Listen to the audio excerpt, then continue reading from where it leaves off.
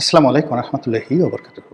সম্মানিত দর্শক, বিএনপির অন্যতম শীর্ষ নেতা জনাব মির্জা আব্বাস, তাকে নিয়ে দীর্ঘদিন ধরে, বিশেষ করে জুলাই আগস্ট বিপ্লবের পর, একটি বিশেষ শ্রেণী আলাদা একটি ন্যারেটিভ তৈরি করার চেষ্টা করছে। স্পষ্টত যদি আপনি ধরেন, একটি মানুষকে জীবন্ত কবর দেওয়ার জন্য, একটি জীবন্ত মানুষকে পচিয়ে ফেলার জন্য, একটি সুস্থ এবং সবল মানুষের সারা শরীরে কুষ্ঠ ব্যাধি দ্বারা তাকে আক্রান্ত করার জন্য যে ধরনের প্রচার দরকার, প্রোপাগান্ডা দরকার, খুব ম্যাটিকুলাসলি সেই কাজগুলো এই ভদ্রলোককে করা হচ্ছে। এখানে আমরা যারা মজা নিচ্ছি, নাসিরুদ্দিন পাটোয়ারি মির্জা আব্বাসের ছেলের বয়সের চাইতে অনেক ছোট। সেই নাসিরুদ্দিন পাটোয়ারি উঠতে বসতে এবং তার সঙ্গী সাথী, তার লোকজন সহকারে তাকে যেভাবে অপমান করছেন, যেভাবে গালাগাল করছেন, এটা কোনো অবস্থাতেই ভদ্র সমাজে শোভনীয় নয়। কোনো রাষ্ট্রীয় কালচারে এটি ধারণ করা হয় না।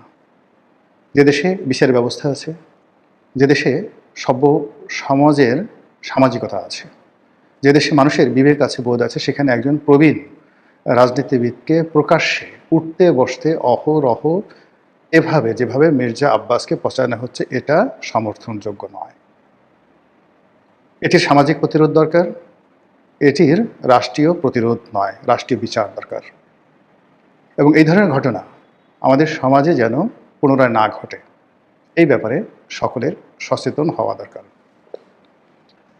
ব্যক্তি মির্জা আব্বাসের বিরুদ্ধে অভিযোগ অনেকের থাকতে পারে, যা যা বলা হচ্ছে সেটা সত্য হতে পারে। তার জন্য আইন আছে, আদালত আছে, বিচার আছে, তথ্য আছে, প্রমাণ আছে।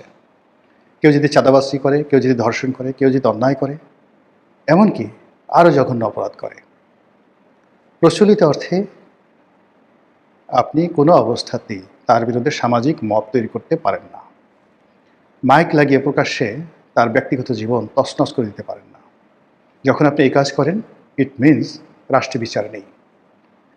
যদি মির্জা আব্বাস চাঁদাবাজ হয়ে থাকেন, চাঁদার টাকায় তিনি তার বিত্ত বিলাস বৈভব তৈরি করে থাকেন, সেই মির্জা আব্বাসের চাঁদা দিয়ে যদি বিএনপি চলে, আর এ ব্যাপারে যদি আপনি রাষ্ট্রের কোনো সাহায্য না পান, সহযোগিতা না পান, সেক্ষেত্রে আপনি বড়জোর প্রতিবাদ জানাতে পারেন, বিদ্রোহ করতে পারেন, বিপ্লব করতে পারেন, আন্দোলন করতে পারেন। কিন্তু যেটিকে বলা হয় নুইসেন্স, যেটিকে বলা হয় ইপটিজিং, যেটিকে আপনি রীতিমতো একটা পুরুষের জন্য বলাৎকার, ধর্ষণ বলে আপনি আখ্যায়িত করতে পারেন, সেই কাজ করার অধিকার এ সমাজে কারোর নেই। মির্জা আব্বাসের বিরুদ্ধে যারা লেগেছেন, মির্জা আব্বাসের যারা প্রতিদ্বন্দ্বী, তারা হয়তো খুব মজা হচ্ছেন, মুচকি মুচকি হাসছেন যে ঢাকা শহরে দীর্ঘদিন আপনি আধিপত্য দেখিয়েছেন, দীর্ঘদিন আপনার ক্ষমতা ছিল, দাম্ভিকতা ছিল, এখন এই পরিস্থিতি আপনি বুঝেন কত ধানে কত চাল। কিন্তু এটা শেষ নয়। এক মির্জা আব্বাসের মাধ্যমে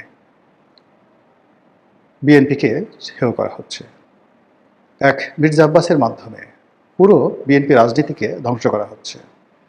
মির্জা আব্বাসকে পুষিয়ে দেওয়ার মাধ্যমে তারেক জিয়াকে টার্গেট করা হচ্ছে, তারেক রহমান সাহেবের পরিবারকে টার্গেট করা হচ্ছে। যারা মির্জা আব্বাসকে চাঁদাবাজ বলে গালি দিচ্ছে, তাদেরই আরেকটি অংশ বা অপরপক্ষ। তারা কি তারেক রহমান সাহেবকে গালাগাল দেয়নি? তারা কি সালাউদ্দিন সাহেবকে গালাগাল দেয়নি?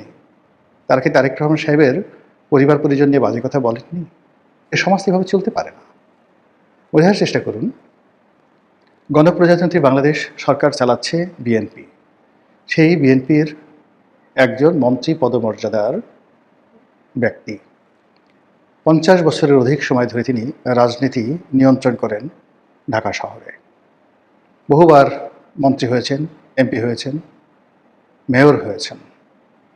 তার এই জীবন সাহানে এসে তাকে যেভাবে পচানো হচ্ছে, আমি মনে করি বিএনপির অনেক কিছু করণীয় আছে। বিএনপি যদি সেই কাজটি না করে, বিএনপি ক্ষমতায় থাকতে পারবে না। বিএনপি যদি এটির সুরাহা করতে না পারে, তারা তারেক জিয়াকে রক্ষা করতে পারবে না, তারা সালাউদ্দিন সাহেবকে রক্ষা করতে পারবে না, এমনকি মির্জা ফখরুল সাহেবকে রক্ষা করতে পারবে না। মির্জা আব্বাসের মতো মানুষকে দিয়ে শুরু। এই কদিন আগে আপনি চিন্তা করুন, তরুণ নেতা এরশাদ, তাকে নিয়ে মানুষ ঠাট্টা করত, নিমডা, সান্ডা, এই বিভিন্ন কথাবার্তা বলে। এখন সেটা কমেছে, কিন্তু মির্জা আব্বাসকে নিয়ে কোনো অবস্থাতে সেটা থামছে না। যদি এটা চলতে থাকে, এরপরে এরশাদকে ধরা হবে, এরপরে রবিউলকে ধরা হবে। ঢাকা শহরে যারা যারা বিএনপির যাকে বলা হয় সাংগঠনিক শক্তিমত্তা, যাদের হাতে নিয়ন্ত্রিত, তাদের সবাইকে আস্তে আস্তে আস্তে আস্তে সামাজিকভাবে হেয় প্রতিপন্ন করে যখন সম্মিলিতভাবে বিএনপির উপর আক্রমণ চালানো হবে, তখন আর বিএনপির কিছু করার থাকবে না। সবচেয়ে বড় কথা হলো যে একজন মানুষ, প্রবীণ একজন মানুষ, তিনি এই সমাজে লাঞ্ছিত হচ্ছেন, আমরা সবাই মজা নিচ্ছি। এ যেন আদিমকাল, এ যেন আইএমএ জাহিলিয়াতের যুগ হয়ে গেছে। আরে বাবা, দরকার হলে মির্জা আব্বাসকে মেরে ফেলো, তাকে জীবন্ত কবর দাও, তাকে পুড়িয়ে মারো, কিন্তু একজন জীবিত মানুষকে এভাবে লাঞ্ছিত করার কোনো অধিকার কোনো সমাজের কোনো ব্যক্তির নেই।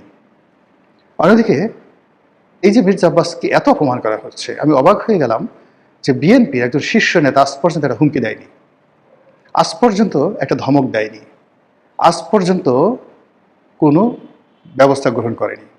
বিএনপি রাষ্ট্র ক্ষমতায় থাকার পর যদি এই অবস্থা হয়, তাহলে রাষ্ট্র ক্ষমতায় চলে গেলে কী অবস্থা হবে? অথবা রাষ্ট্র ক্ষমতায় থাকতে যদি একজন এত বড় নেতাকে হয়, তাহলে অন্যান্য যারা মন্ত্রী আছেন, এমপি আছেন, তাদেরকে যদি এর চাইতেও ন্যাক্কারজনক অপমান, ন্যাক্কারজনক ট্যাগ দিয়ে আজে বাজে কথাবার্তা বলে তাদেরকে যদি লাঞ্ছিত করা হয়, অপমানিত করা হয়, তাহলে কি হবে? বিষয়টি মির্জা আব্বাসের একার নয়, মির্জা আব্বাসের যারা বয়সী লোক আছেন তাদের সকলের, আপনার আমার সকলের। মির্জা আব্বাসের ক্ষেত্রে যে ঘটনাটা ঘটছে, সে ঘটনা আমার ক্ষেত্রে ঘটতে পারে, আপনার ক্ষেত্রে ঘটতে পারে। মির্জা আব্বাসের সঙ্গে আমার ব্যক্তিগত কোনো সম্পর্ক নেই, গত 2-4-5 বছর ওনার সঙ্গে আমার টেলিফোনে কখনো কথাবার্তা হয়নি, কিন্তু ওনার এই অবস্থা আমাকে ব্যথিত করছে, আমাকে অপমানিত করছে। এই জিনিসগুলো আমি কোনো অবস্থাতে মানতে পারি না। তিনি কী করে ঢাকা ব্যাংকের চেয়ারম্যান হলেন, কী করে ঢাকা ব্যাংকের ডিরেক্টর হলেন, তার পরিবার এত টাকা পয়সা কী করে মালিক হলো? প্রশ্ন যদি থাকে, যান দুর্নীতি দমন কমিশনে যান। প্রশ্ন যদি থাকে, তার বাসার সামনে তথ্য প্রমাণ সহ মিছিল করেন, মিটিং করেন। কিন্তু এটা কী ধরনের চিৎকারি, এটা কী ধরনের ভব্যতা, এটা কী ধরনের কথাবার্তা? এই অবস্থা কোনো অবস্থাতেই সমর্থনযোগ্য নয়। তারেক রহমান সাহেব, মাননীয় প্রধানমন্ত্রী, স্বরাষ্ট্রমন্ত্রী যারা আছেন তারা, এবং বিএনপির যে সকল শীর্ষ নেতৃবৃন্দ রয়েছেন, যাদের আওয়াজ আছে, যাদের ভিশন আছে, যাদের মিশন আছে, সবাই একটু চুপ করে ভাবুন তো।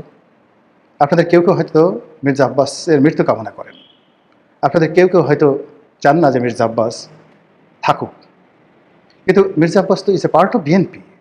বিএনপির দুঃসময় সে কি কিছু করেনি? তার জীবনের একটা বিরাট সময় বিএনপির জন্য কি সে শেষ করে দেয়নি?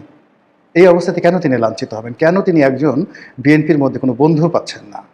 কেবলমাত্র নয়ন নামে যুবদলের একটি ছেলে এই সময়টিতে তার পাশে দাঁড়িয়েছে। নয়ন ছাড়া কি বিএনপিতে অন্য কোনো যুবদলের ছেলে নেই? যুব মহিলা, মানে যাকে বলা হয় মানে মহিলা দলের যে নেত্রী যারা আছেন, তারা কি নেই? অন্য কোনো পুরুষ কি নেই? অ্যাটলিস্ট এই কথাগুলিকে বলা যায় না যে না, এটা ঠিক নয়, this not the right way, this not the correct way. সমালোচনা করতে চান, বিদ্রোহ করতে চান, ঘৃণা জানাতে চান, নিন্দা জানাতে চান, দেয়ার ইজ এ কোড, এই বাংলাদেশে আছে। কিন্তু এই যে স্বাধীনতার পর থেকে এ পর্যন্ত যত কিছু দেখে আছি, এই সময়টাতে সে গত 1.5 বছর ধরে মির্জা আব্বাসকে নিয়ে যা কিছু হচ্ছে, এরকম দৃশ্যটা আমি কখনো দেখিনি। বাংলাদেশে অনেক বড় বড় ক্রিমিনাল, আমাদের দেশে একটা সময় গালকাটা কামাল ছিল, বাস্টার্ড সেলিম ছিল, মুরগি মিলন ছিল, টোকাই সাগর ছিল, আরও কত ডাকাত শহীদ ছিল, ডেভিড ছিল, মানুষের জীবন তছনছ করে দিয়েছে। মির্জা আব্বাস কয়েকটা রেপ করেছে, কয়জনের বাড়ি ঘর লুট করেছে, কয়জনের ডাকাতি করেছে, কয়জনকে। মির্জা আব্বাস কয়জনের বাড়ি থেকে খাওয়া দাওয়া করেছে? আর দেখেন তো, মির্জা আব্বাসের ওই বাড়িতে এ যাবৎ কত লক্ষ মানুষ খাওয়া দাওয়া করেছে, তিনি এই জাতির জন্য কী করেছেন, দেশের জন্য কী করেছেন, এটা হিসাব করেন না। এই জিনিসগুলো না করে একটা নেতা তো এমনি এমনি তৈরি হয় না, বহু বছর লাগে, বহু সময় লাগে, কখনো কখনো শতাব্দী লেগে যায়। ওই শাহজাহানপুর এলাকা থেকে শুরু করে যে এলাকাতে একজন মির্জা আব্বাস তৈরি হয়েছে, কই গত 200 বছর তো মির্জা আব্বাসের কাউন্টার বা কন্টেম্পোরারি আরেকজনের নাম ওই অঞ্চলের মানুষ জানে না, আমরা তো কেউ ঢাকা শহরে এই নাম জানি না। এটা কি এমনি এমনি চাঁদাবাজির কারণে তো সে আজ এই পর্যায়ে আসছে? এই ঢাকা শহরে তো অনেক নেতা আসছে, কিন্তু মির্জা আব্বাসের টেম্পোরারি তো দ্বিতীয় কোনো নাম আমরা এই ঢাকা শহরে বলতে পারি না। এটা কেবলই চাঁদাবাজির জন্য, কেবলই বিএনপি রাজনীতির জন্য? তার কি কোনো ভালো কাজ নেই?